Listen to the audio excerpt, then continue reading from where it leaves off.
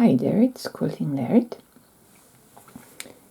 Today, very simple baby quilt consisting of 64 squares from 2 charm packs, one with the background color and one yellows, reds, oranges and purples, organized in checkerboard pattern. So sewing is very easy and it can be put together in about half an hour, maybe 40 minutes, depending on your sewing skills and precision. But today I want to quilt it on different levels for different quilters. So there will be basics, including ruler quilting. That's why I have my ruler foot actually. And we will move probably in at least 2 parts through different levels of quilting. We will start from I just want to have it done and keep it simple level, so for beginners or very busy people. Then we will add most probably a little bit more advanced ruler work, and I will probably go to level 4, where level 4 will be kind of I am your favorite relative kiddo and no one can quilt better than me in the family. So stay with me, stay tuned, and let's see how much we can learn from these videos. I am also putting a small booklet again where you can find different options for different levels as well. And I want to have the booklet together with the video for when the video will be ready to upload.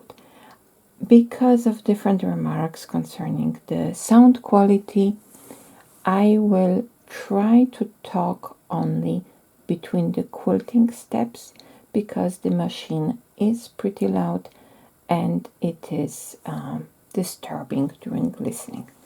I checked the closed captions on YouTube videos. This feature is enabled for my videos and it works pretty good. However, I don't know if the quality may vary depending on the app which is used, so I have no idea about that. So let's start quilting. So let's zoom in. As always, I'm starting my quilting process from the middle of the quilt. There are several reasons for that. One of them being that this is the most optimal place to start, because then you can always move your quilt to the side, to the left side, and you will have less volume on your right between the needle and the rest, the frame of the machine. And I am usually quilting in quarters, so either I will move it to the back or I will move it on my lap, the quilted part. That depends on what is more comfortable for me at the given moment. So let's start in the middle. So we have 8 by 8 pattern. So 1, 2, 3, 4, 2, 3, 4. So that's the middle of my quilt. I have my ruler foot. I have my straight line ruler.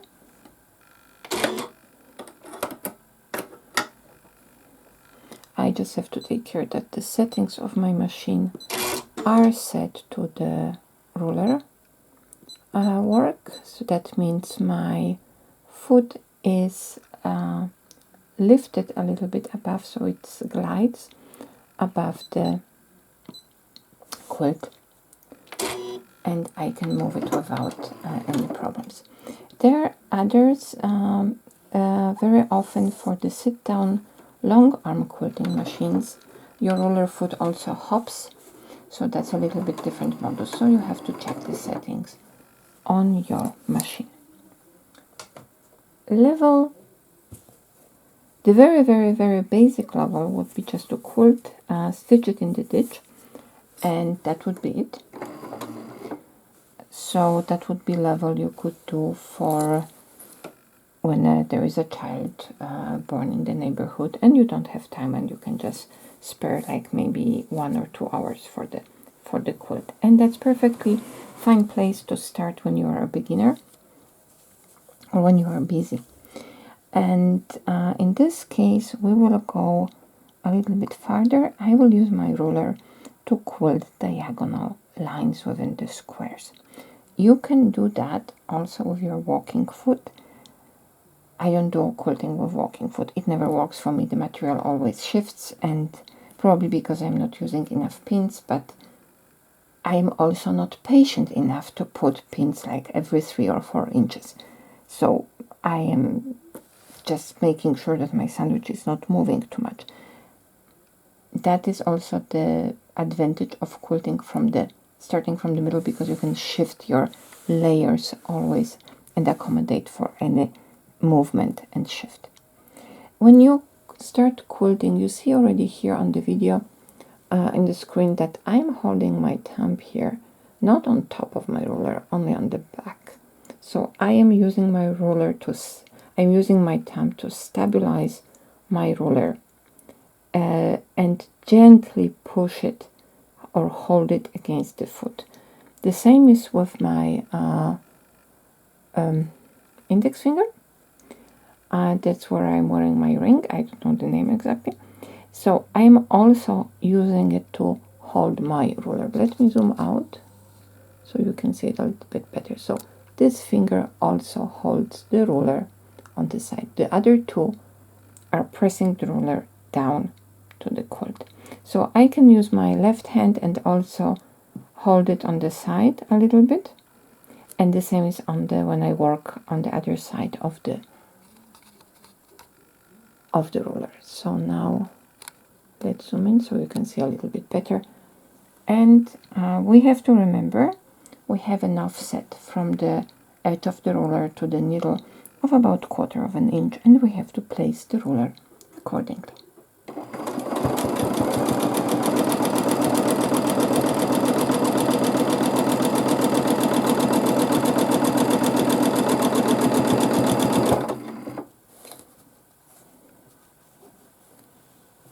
The first line is stitched. For smaller squares, you could also aim for it and just try to quilt straight line in free motion quilting style, but these are large enough that I will need my ruler. The one I am using, it was custom made, and it's about 10 inches long and 2.5 inch wide, and it's actually perfect for quilting on domestic machine. Again, please pay attention. Again, I'm using my thumb and my small finger this time, and the other 3 are holding the ruler on the other side. So in this way, I am not really pressing it against the foot. That would be dangerous, but I am holding it so I can the ruler is not shifting when I quilt. So there is a slight, I'm sorry, again I talked when I quilted. There is a slight difference when I hold my ruler with my left or right hand, and that it simply depends on the space that I have available. So you also have to check how you hold the ruler. I just recommend holding it a little bit from the side to stabilize it so it's not shifting.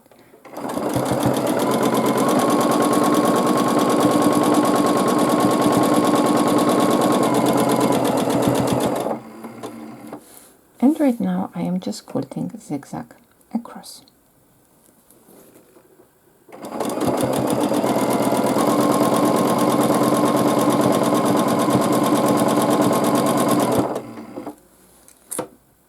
I can immediately use the opportunity and stabilize my quilt on the edge.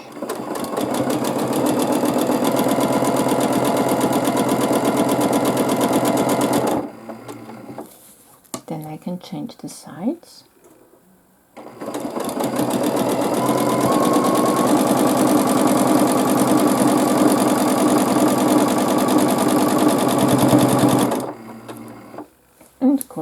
the other direction.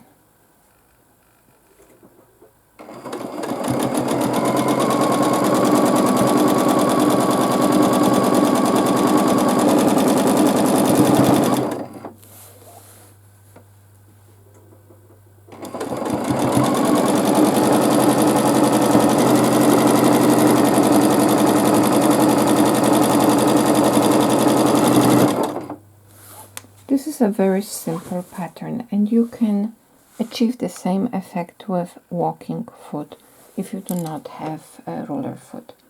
However, if you have ruler foot, this is a perfect opportunity for you to learn how to use a simple geometry ruler in your quilting. So it's actually worth using it.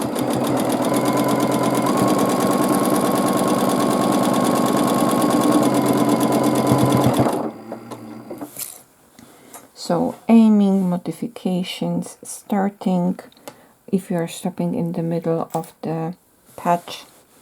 So these are the things that needs practicing when quilting with rulers. I will show you in a moment what I mean.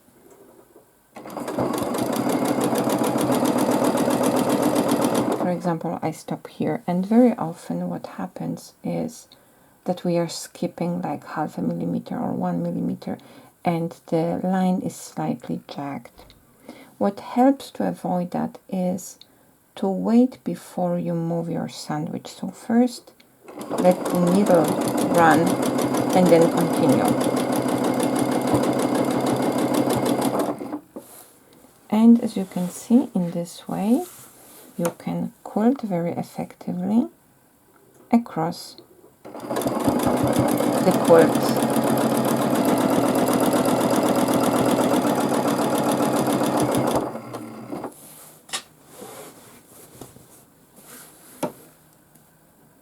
I am moving within the row, then going back and moving to the next row. So I'm trying to be very economic about my movements.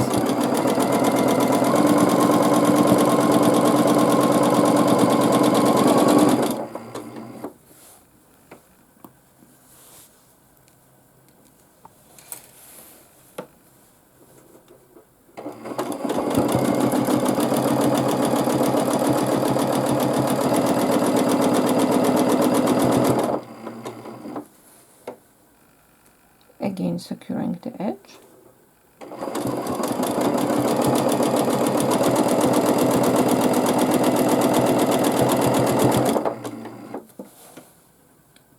And we are going back.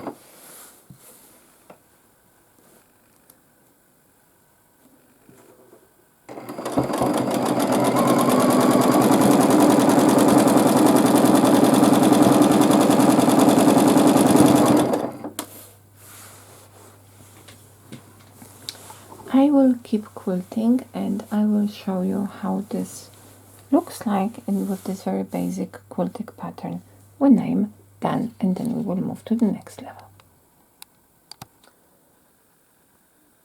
Quilting at beginner's level is complete, and as you can see, it is simply a done and finished baby quilt. The quilting is very nice, it's very regular, it fits perfectly with the pattern, and it's functional, so the quilt will stay stable and the baby can roll and roll and chew on it and nothing will happen. It can be washed, it's very cheerful, we have nice contrast between the elements, so it is a perfect baby quilt already now, and one could say the quilting is done, especially if you are in a hurry and you want to finish that baby quilt within one afternoon. So if I would add time needed for binding, probably it would take about 2.5 hours in total. However, this is not everything what we can do on such a quilting. Right now we have here 2 square grids, one created by the square patches and the other one that is created by the quilting on point. And this we can use for quilting at level 2 and more complex usage that will involve more complex usage of rulers. And about that we will be talking most probably in the second part video, second level of quilting for advanced beginners and advanced quilters. So quilting with rulers, a little bit more complex with a bit more density, in the next video.